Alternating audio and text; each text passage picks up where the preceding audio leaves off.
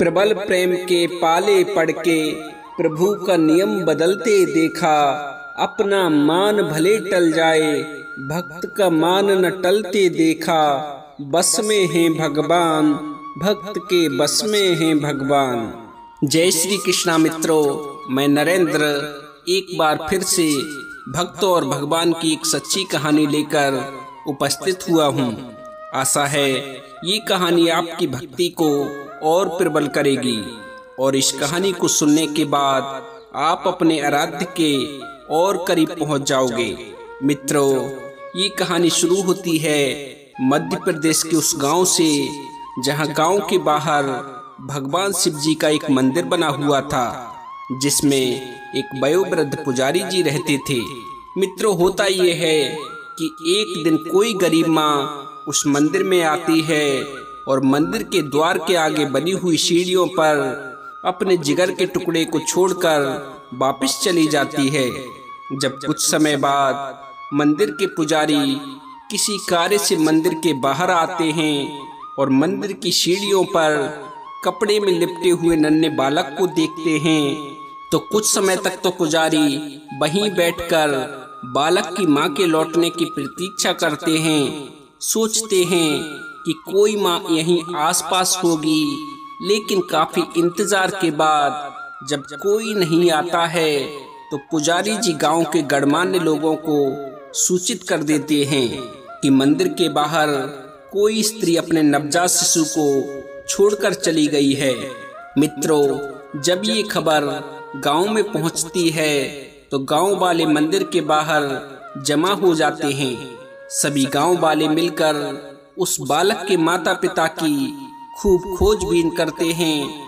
आसपास के गांव में जाकर भी काफी तलाश करते हैं, लेकिन काफी खोजबीन के बाद भी ये पता नहीं चलता है कि आखिर उस बालक के माता पिता कौन हैं। जब उस बालक के माता पिता का कोई पता नहीं चलता है तो पुजारी गांव वालों से कहते हैं कि भाइयों, पता नहीं ये किसका बच्चा है, कौन इसके माता पिता हैं, लेकिन मैं चाहता हूँ कि आप में से कोई गांव वाला इस बच्चे को अपना ले और इसका लालन पालन करे। लेकिन मित्रों, कोई गांव वाला इस बात के लिए तैयार नहीं होता है। जब गांव का कोई भी व्यक्ति उस बालक का लालन पालन करने को तैयार नहीं हुआ तो पुजारी जी ने भगवान शिव की इच्छा समझकर उस बालक को अपने पास रख लिया और उसका नाम भोला रख दिया। और इस तरह पुजारी जी उस बालक का लालन पालन करने लगे। छोटा सा गांव था और गांव के बाहर ही वह शिव जी का मंदिर बना हुआ था। जो कुछ गांव वाले अपनी श्रद्धा से पुजारी जी को दे जाते, उसी से पुजारी जी का और उस बालक का गुजारा चलता। यदि किसी दिन श्रद्धालु कम आते या चढ़ावा कम आता तो उस दिन पुजारी जी बालक और भगवान को तो भोग लगा देते, लेकिन स्वयं गंगा जल पीकर रह जाते। साथियों, इस प्रकार बालक भोला पुजारी जी के संरक्षण में बड़ा होने लगा। जब इसी प्रकार कई साल गुजर गए और वह बालक भोला समझदार हो गया तो वह पुजारी जी के कामों में हाथ बटाने लगा और इस तरह वृद्ध पुजारी जी के थके हारे हाथों को भी कुछ आराम मिलने लगा। मित्रों, जब कुछ दिन और गुजरे और जब पुजारी जी का शरीर और वृद्ध हो गया तो उन्होंने भोला से कहा कि पुत्र, अब मैं बूढ़ा हो चला हूँ और मेरे शरीर में इतनी शक्ति नहीं बची है कि मैं पहले की भांति वह सब कार्य कर सकूं जो मैं पहले से करता आया हूँ। इसीलिए पुत्र, मंदिर के जो मुख्य कार्य हैं उनकी जिम्मेदारी आज से मैं तुम्हें सौंप रहा हूँ। मुझे उम्मीद है तुम इन जिम्मेदारियों को बखूबी निभाओगे।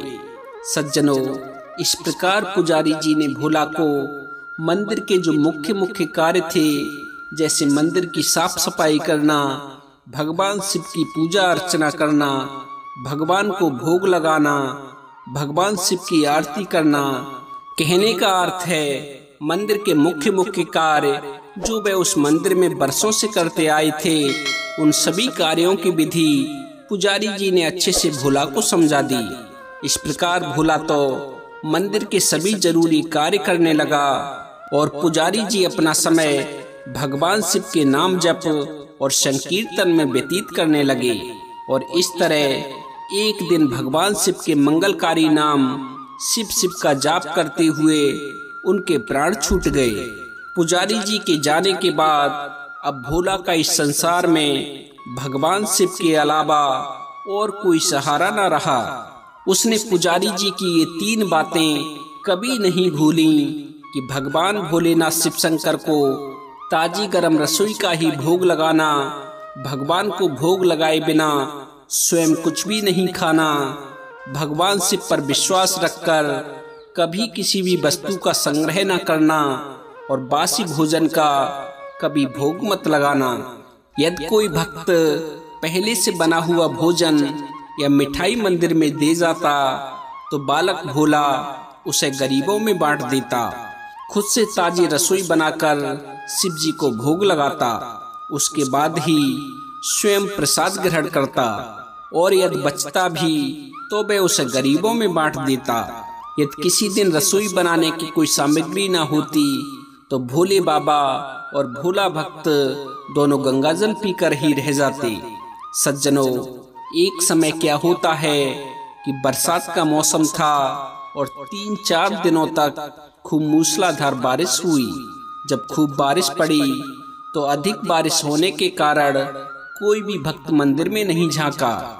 इन बीते दिनों ना तो भोला ने कुछ खाया और ना ही वह भगवान को कोई रसोई बना सका। इन बीते दिनों में भक्त और भगवान दोनों को सिर्फ गंगाजल ही नसीब हुआ। उधर भगवान शिव भी अपने भक्त की भक्ति और सहनशीलता की परीक्षा ले रहे थे। जब उन्होंने देख लिया कि मेरा भक्त अडिग है, अपने प्राण न्यौछावर कर सकता है, लेकिन अपनी भक्ति से पीछे नहीं हटेगा, तो बालक की सहनशीलता को देखकर भगवान शिव को बड़ी प्रसन्नता हुई। जब उन्होंने देखा कि बालक भोला भूख से तड़प रहा है तो भगवान शिव ने सेठ के नौकर का रूप बनाया, हाथ में भोजन की सामग्री ली और सीधे मंदिर के द्वारे पर पहुंच गए। उन्होंने आवाज लगाकर भोला को बुलाया और उसके हाथ में भोजन की सामग्री देते हुए बोले कि पुजारी जी, हमारे सेठ जी ने आपके लिए और आपके भगवान के लिए ये भोग की सामग्री भेजी है। आप इस सामग्री से रसोई बनाओ, भोग लगाओ और स्वयं भी प्रसाद पाओ। मैं कल फिर से आऊंगा। भोला भगत ने नौकर बने भगवान शिव के हाथों से भोग की सामग्री ली, नौकर को आशीर्वाद दिया और आशीर्वाद देकर नौकर को विदा कर दिया। भक्तों, नौकर के जाने के बाद भोला भक्त ने सूखी गीली लकड़ियों के धुएं में गर्मा गर्म रसोई बनाई। रसोई बनाने के बाद पहले भगवान शिव को भोग लगाया, तत्पश्चात खुद उस भोग को पाया। मित्रों, इस प्रकार पूरे बरसात के मौसम में भोले बाबा नौकर के भेष में भोला भगत को भोग की सामग्री देने आते रहे और उस सामग्री से स्वयं भी गर्मा गर्म रसोई का भोग पाते रहे। मित्रों, एक दिन की बात है कि भोला भगत ने सोचा कि सेठ जी को भोग की सामग्री भेजते हुए पूरे 4 महीने बीत चुके हैं, लेकिन वे खुद कभी भी प्रसाद ग्रहण करने नहीं आए। मित्रों, अगले दिन जब भोले बाबा नौकर के भेष में सीधे की पोटली देने आए तो भोला भक्त भोग की सामग्री लेते हुए बोला कि भाई, तुम्हारे सेठ इतने धर्मात्मा हैं, रोजाना मेरे लिए और भगवान शिव के लिए भोग की सामग्री भेजते हैं, लेकिन वे आज तक कभी मंदिर में प्रसाद लेने के लिए नहीं आए। इस कारण मेरा हृदय अत्यंत दुखी हो रहा है। आज तुम यहाँ से जब सेठ जी के पास में जाओ तो अपने सेठ जी से कहना कि कल वे भी मंदिर में प्रसाद ग्रहण करने अवश्य पधारे। भक्तों, नौकर बने भगवान शिव जब बालक भोले की इन बातों को सुनते हैं तो इन बातों को सुनकर घबरा जाते हैं। कहने लगते हैं कि पुजारी जी, सेठ जी मेरे द्वारा भोग की सामग्री भेजते हैं, उससे भगवान को भोग लग जाता है और उसी में से आपको भी प्रसादी मिल जाती है। फिर आप सेठ जी को बीच में क्यों लाते हो? यदि भोग की सामग्री कुछ कम पड़ रही हो तो आप मुझे बता दो, मैं सेठ जी से कहकर उसे बढ़वा दूंगा। सेठ जी को आप यहाँ बुलाकर क्या करोगे? जैसा चल रहा है वैसे ही चलने दो। नौकर बने शिव जी की इन बातों को सुनकर भोला भक्त कहने लगा, ऐसे कैसे चलने दूं? आपके सेठ इतने धर्मात्मा हैं, इतने दिनों से भोग की सामग्री भेज रहे हैं, क्या मैं उन्हें भगवान का प्रसाद देने का अपना कर्तव्य भी पूरा ना करूं? भाई, मेरी बात तुम कान खोलकर सुन लो। ऐसे में किसी का उधार खाने वाला नहीं हूँ। अपने सेठ जी से कह देना कि कल प्रसाद ग्रहण करने के लिए स्वयं मंदिर में पधारें, नहीं तो मैं उनके भोग की सामग्री जो वह आपके हाथों इस मंदिर में भेजते हैं उसे मैं आपसे लेना बंद कर दूंगा। नौकर बने भोले बाबा जब अपने भक्त की इन बातों को सुनते हैं तो इन बातों को सुनकर पहले तो वो घबरा जाते हैं कि मैं सेठ को कहाँ से लाऊं। फिर मन ही मन ये सोचकर हंसने लगते हैं कि वाह, आज तो लेने वाला ही देने वाले पर हुक्म चला रहा है। लेकिन सरल हृदय भक्त के भाव देखकर शिव जी कहने लगे, ठीक है पुजारी जी, यदि आपकी यही इच्छा है, यदि आप ऐसा ही चाहते हो तो आप चिंता मत करो। कल सेठ जी प्रसाद ग्रहण करने के लिए मंदिर में स्वयं आएंगे। और ये कहकर नौकर बने भोले बाबा वहां से चले गए। भक्तों, अगला दिन होता है तो अगले दिन भोले बाबा नौकर के भेष में एक बार फिर से मंदिर में आते हैं और बहुत सारी भोजन की सामग्री भोले भक्त को देने लगते हैं। जब भोला भक्त इतनी सारी सामग्री देखता है तो पूछने लगता है कि भाई साहब, आज इतनी ज्यादा सामग्री क्यों लेकर के आए हो? भोले भक्त के पूछने पर नौकर बने हुए शिव जी कहते हैं कि पुजारी जी, लगता है आप भूल गए। अरे, आज तो हमारे सेठ जी इस मंदिर में प्रसाद लेने के लिए आने वाले हैं। आपने ही तो उन्हें आज आने के लिए कहा था, इसीलिए तो मैं अन्य दिनों की अपेक्षा इतनी सारी सामग्री लेकर के आया हूँ। पुजारी जी, अब आप बातों में समय बर्बाद मत करिए, रसोई में जाइए और प्रसादी बनाने की तैयारी करिए। और हाँ, मुझे समय बता दीजिए कि सेठ जी को किस समय मंदिर में आना है, मैं जाकर उन्हें बता दूंगा। उसी समय सेठ जी प्रसाद लेने के लिए मंदिर में पहुंच जाएंगे। नौकर बने शिव जी के पूछने पर भोला भक्त ने समय बताया कि अमुक समय सेठ जी इस मंदिर में आ जाएं। इसके बाद भोला भगत रसोई की तैयारियों में जुट गया और नौकर बने शिव जी वापस लौट गए। मित्रों, इधर तो भोला भक्त रसोई बनाने लगा, उधर भगवान शिव भोला भक्त की इच्छा पूर्ण करने के लिए कैलाश पर्वत पर सेठ का रूप धारण करने लगे। भक्तों, जब ये समाचार अन्नपूर्णा माँ देवी पार्वती को पता चला कि आज मेरे स्वामी एक प्यारे भक्त के यहाँ जीवने के लिए जा रहे हैं, तो इस खबर को सुनकर ममतामयी माँ भोले बाबा से जिद करने लगी कि मैं भी तुम्हारे साथ चलूंगी। जब माँ पार्वती ने काफी जिद की तो भोले बाबा ने भी माँ पार्वती को संग चलने की इजाजत दे दी। लेकिन उन्होंने एक शर्त भी रख दी, यदि तुम मेरे साथ चलो तो तुम्हें एक सेठानी का रूप बनाना होगा। माँ पार्वती बोली कि स्वामी, तुम जिसका भी रूप धरने को कहोगे मैं उसका रूप धारण कर लूंगी, लेकिन किसी भी तरह मुझे अपने साथ ले चलो। भोलेनाथ बोले, फिर ठीक है देवी पार्वती, मैं सेठ का रूप बनाता हूँ और तुम सेठानी का रूप बनाने की तैयारी करो। मित्रों, इस प्रकार दोनों अपना अपना रूप बदलने में जुट गए भोले बाबा ने सबसे पहले अपने गले में पहने हुई नरमुंडों की माला उतारी, शरीर पर जो भस्म लगी हुई थी उसे साफ किया, कमर में बंधा हुआ बाघंबर खोल दिया और बाहु और कानों में पहने हुए सांपों के हार भी उतार कर एक तरफ रख दिए। इसके बाद भोले बाबा ने एक मखमल का सुंदर कुर्ता धारण कर लिया, अपनी जटाओं को सीधा किया और उसमें माँ गंगा और चंद्रमा को छुपा लिया। इसके बाद भोले बाबा ने सर पर एक रंग बिरंगी पगड़ी को पहन लिया।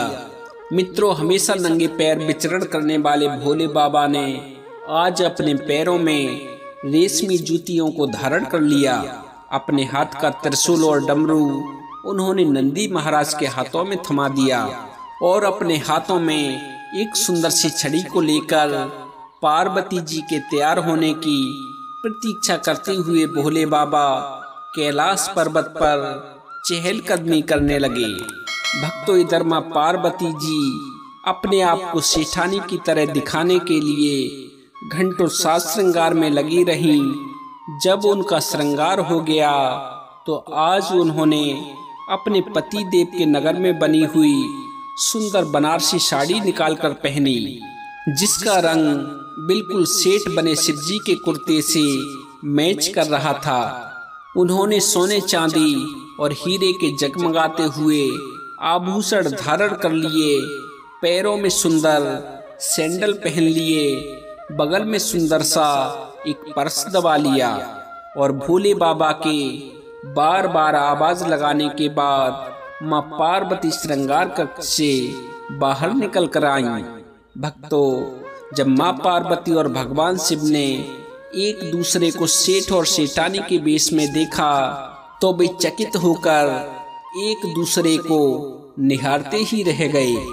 दोनों एक दूसरे को देख देख कर निहाल हुए जा रहे थे, क्योंकि इससे पहले उन्होंने कभी एक दूसरे का ऐसा सुंदर रूप देखा ही नहीं था। जब भगवान गौरी शंकर कैलाश पर्वत से सेठ और सेठानी का रूप बनाकर अपने भक्त के यहाँ दावत खाने के लिए चले तो गणेश, कार्तिकेय, नंदी, ऋषि मुनि, देवता, देवांगनाएं भी उन्हें देखकर ठगी से रह गए। सेठ बने शिवजी अपने हाथ में ली हुई छड़ी को बड़ी अदा से घुमाते हुए पृथ्वी पर टेकते हुए चल रहे थे और उनके पीछे पीछे बगल में पर्स दबाए अपनी सैंडल से टक टक और पायल से छन छन की मधुर ध्वनि करती हुई मां पार्वती सेठानी बनी हुई उनके पीछे चल रही थी। मित्रों, इधर भोला भक्त आज सुबह से ही सेठ जी के स्वागत में भांत भांत के पकवान बनाने में जुटा हुआ था। अपने भोले बाबा का भोग तो वह चलते फिरते बना लेता था, किंतु आज उसे कई महीनों से भगवान को भोग लगाने के लिए सामग्री भेजने वाले सेठ जी को भगवत प्रसाद देना था। इसीलिए आज उसने रसोई में अपनी सारी पाक कला झोंक डाली थी। उसने सेठ जी द्वारा भेजे हुए चावल धोकर खीर बनाई, उसे धीमी आंच पर पकाकर गाढ़ा किया और उसमें सेठ जी के द्वारा भेजे हुए पिस्ते, बादाम, केसर, किशमिश डाले। उसके बाद उसने सभी मसाले कूटकर सब्जी बनाई। अंत में देसी घी में पूड़ियाँ बनाई। जब भोला भक्त रसोई के कार्य से निवृत्त हो गया, उसके बाद वह स्नान करने चला गया ताकि वह स्वच्छ वस्त्र पहनकर भोले बाबा को भोग लगा सके और सेठ जी को उनका प्रसाद पवा सके। जब भोला भक्त स्नान करके वापस लौटा तो उसने देखा कि सेठ जी प्रसाद ग्रहण करने के लिए स्वयं तो आए हैं, साथ में अपनी सेठानी को भी लाए हैं। भोले ने झट से दोनों से राम राम की, उन्हें आसन देकर बैठाया और बोला कि सेठ जी, अभी मैं भगवान को भोग लगा कर आता हूँ, उसके बाद मैं आपको प्रसाद परोसूंगा। भावना के भूखे भोले बाबा से आज भूख सहन नहीं हो पा रही थी, इसीलिए वह बोले कि पुजारी जी, भगवान को जल्दी से भोग लगाइए, मुझसे भूख सहन नहीं होती। भोला भक्त बोला, सेठ जी भूख तो मुझे भी बड़े जोर से लग रही है, किंतु मैं अपनी भूख के कारण भगवान को भोग लगाना नहीं भूलता। यदि दुनिया के सारे लोग इसी तरह अपनी भूख के लिए भगवान को भोग लगाना भूल जाएं, तो भगवान तो भूखे मर जाएंगे। सेठ जी बने भोले बाबा एक पत्थर उठाते हुए बोले कि पुजारी जी आप भोग लगाइए, इधर मैं पत्तल परोस लेता हूँ, मुझसे भूख सहन नहीं हो पा रही है। भोला भक्त सेठ जी बने भोले बाबा को डांटते हुए बोला कि सेठ जी भगवान के काम में ना तो जल्दबाजी चलती है और ना ही कंजूसी। मैं जब तक भगवान को भोग नहीं लगा लेता तब तक आप रसोई के पास भी नहीं फटक सकते। चुपचाप इधर बैठ जाइए और ओम नमः शिवाय का जाप करिए। मैं अभी भगवान को भोग लगा कर आता हूँ, उसके बाद मैं आपको भरपेट भोजन कराऊंगा। तब तक आप यहीं बैठे रहना, यहाँ से हिलना भी मत। भक्त की डांट खाकर सेठ बने शिवजी चुपचाप अपने आसन पर जाकर बैठ गए। मित्रों, जब ये नजारा माँ पार्वती ने देखा कि तीनों लोग इनके क्रोध से थर थर कांपते हैं, वो आज एक साधारण भक्त से डांट खा रहे हैं, तो ये देखकर उनकी हंसी निकल गई। भोले बाबा ने इशारा किया कि देवी हंसो मत, वरना सब पोल पट्टी खुल जाएगी। तो बड़ी मुश्किल से माँ पार्वती अपनी हंसी रोक पाई। मित्रों, उधर तो भोला भक्त पत्तल में सभी पकवान रखकर मंदिर में भोग लगाने के लिए जाता है। इधर सेठ बने शिवजी माँ पार्वती को मौन रहने का इशारा करके चुपके चुपके पैर रखते हुए रसोई में पहुंच गए। रसोई में जाकर भोलेनाथ ने देखा कि रसोई कक्ष में कई पात्र व्यंजनों से भरे हुए हैं। उन्होंने जब पहले पात्र में रखे हुए व्यंजन को चखकर देखा तो प्रसाद को चखते ही भोले बाबा भौचक्के रह गए, क्योंकि खीर में चीनी की जगह नमक भरा हुआ था। जब उन्होंने दूसरे पात्र में रखे हुए व्यंजन को चखा तो भोले बाबा ने देखा कि सब्जी में नमक की जगह चीनी घुली हुई है। जैसे ही भोले बाबा ने पूड़ी का ग्रास तोड़कर अपने मुंह में रखा तो वह सीसी करने लगी, क्योंकि पूड़ियों में मिर्च ही मिर्च भरी हुई थी। मित्रों, सीसी करते हुए भोले बाबा उल्टे पैर भाग आए और अपने आसन पर जाकर बैठ गए। मित्रों, जब माँ पार्वती ने अपने स्वामी का ये हाल देखा तो वह खिलखिलाकर हंस पड़ी। इससे पहले कि भोले बाबा पार्वती जी के सामने कुछ सफाई दे पाते, भोला भक्त ओम नमः शिवाय का मंत्र जाप करते हुए रसोई में पहुंच गया और बचे हुए भोग को प्रसाद में मिलाकर और पवित्र बना दिया। उसके बाद वह पत्तल परोसकर सेठ जी के पास में पहुंचा और सेठ जी से हाथ जोड़कर बोला कि सेठ जी, अब आप भी जी भरकर प्रसाद पाइए। आप जितना खाना चाहते हो उतना खा सकते हो। मित्रों, भोले बाबा तो कुछ देर पहले ही अपने भक्त के हाथों बनी हुई रसोई चख चुके थे। जब भक्त ने जीमने के लिए बोला तो जीमने की बात सुनकर भोले बाबा के तो पसीने छूटने लगे। अब तो वो कभी अपने भक्त के मुंह को देखते, कभी माँ पार्वती के मुख को देखने लगते। मित्रों, जब काफी देर तक सेठ बने भोलेनाथ इधर उधर देखते रहे तो सेठ जी का ये बर्ताव देखकर भोला भक्त को बर्दाश्त नहीं हुआ। वह सेठ जी से कहने लगा कि सेठ जी, कहाँ तो आप भगवान को भी भोग नहीं लगाने दे रहे थे, कह रहे थे कि मुझे बहुत भूख लगी है। अब आपको क्या हो गया? अब आप क्यों नहीं जीम रहे हो? आप जीमोगे तभी तो माता जी भी प्रसाद ग्रहण करेंगी और उसके बाद मैं भी खा पाऊंगा। मुझे भी बहुत जोरों की भूख लगी है। मित्रों, भोला भक्त की ललकार सुनकर भोले बाबा ने चुपचाप खीर का कुल्हड़ उठाया और सारी नमकीन खीर गटागट पी गए। मित्रों, कुल्हड़ खाली होने की देर थी कि भोला भक्त ने उसे दोबारा से झट से भर दिया।